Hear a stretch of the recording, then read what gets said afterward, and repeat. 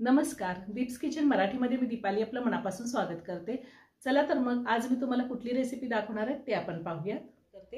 आज आपण सकाळच्या घाईमध्ये मस्त आणि झटपट नाश्त्याची रेसिपी बनवणार आहोत। तर त्यासाठी आपल्याला काय साहित्य लागतं ते आपण पाहूयात। मी इथे 1 कप रवा घेतलाय, अर्धा कप दही घेतलेला आहे, एक लहान साईजचा कांदा मी बारीक चिरून घेतलाय, थोडी कोथिंबीर बारीक चिरून घेतलेली आहे आणि ते फ्रोझन मटार घेतलेले आहेत थोडे, साधारण 2 चमचे आहेत।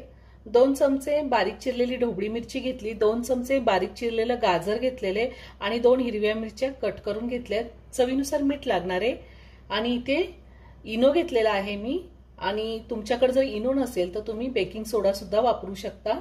आपल्याला तेलही लागणार आहे। मी इथे एक बाउल घेतलाय, त्यामध्ये हा रवा काढून घेऊयात। आता त्यामध्ये आपण दही घालूयात,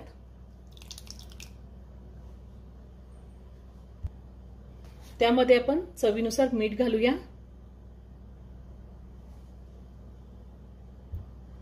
आता आपण वटाणा घालूया। आपण जो उपीटसाठी रवा वापरतो तोच रवा मी वापरलेला आहे।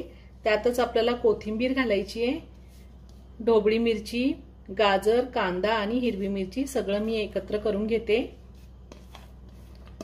आपण ह्याला रव्याचं ऑमलेट सुद्धा म्हणू शकतो। आता हे सगळं व्यवस्थित मिक्स करून घेऊया आणि थोडं थोडं करून मी पाणी घालणार आहे।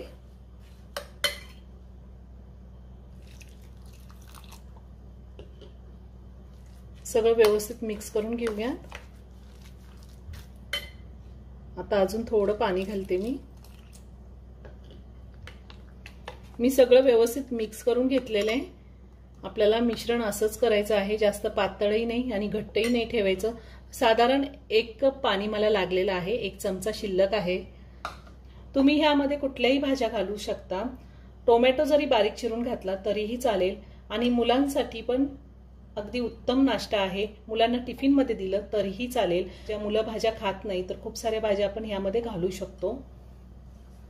आता 10 मिनिटं मी झाकून ठेवणार आहे। 10 मिनिटांनंतर आपण रव्याचं ऑमलेट तयार करून घेऊया। 10 मिनिटं झालेली आहे, रवा व्यवस्थित भिजलेला आहे। आता आपण त्यामध्ये अर्धा चमचा इनो घालणार आहोत। तुमच्याकडे जर इनो नसेल, बेकिंग सोडा अर्धा चमचा तुम्ही घालू शकता। थोडंसं मी वरतून चमचावर पाणी घालते। आता हे सगळं व्यवस्थित मिक्स करून घेऊया। इनो किंवा बेकिंग सोडा घातल्यामुळे खूप छान जाळी येते याला। मी सगळं व्यवस्थित मिक्स करून घेतलंय। मी गॅसवर पॅन ठेवलाय, त्यामध्ये आपण तेल घालूया। चमचाभर तेल घातलंय, पॅन थोडा गरम होऊन देते। पॅन गरम झालाय, त्यामध्ये आता आपण हे रव्याचं बॅटर घालूया आणि थोडं जाडसरच घालायचंय। व्यवस्थित पसरून घेते मी सगळीकडे। आता मी हे 2 मिनिटं झाकून ठेवणार आहे। गॅसची फ्लेम मी मीडियमवर ठेवलेली आहे। 2 मिनिटं झालेली आहे, आपण झाकण काढूया आणि वरतून थोडंसं मी तेल घालते आणि पलटी करून घेऊया।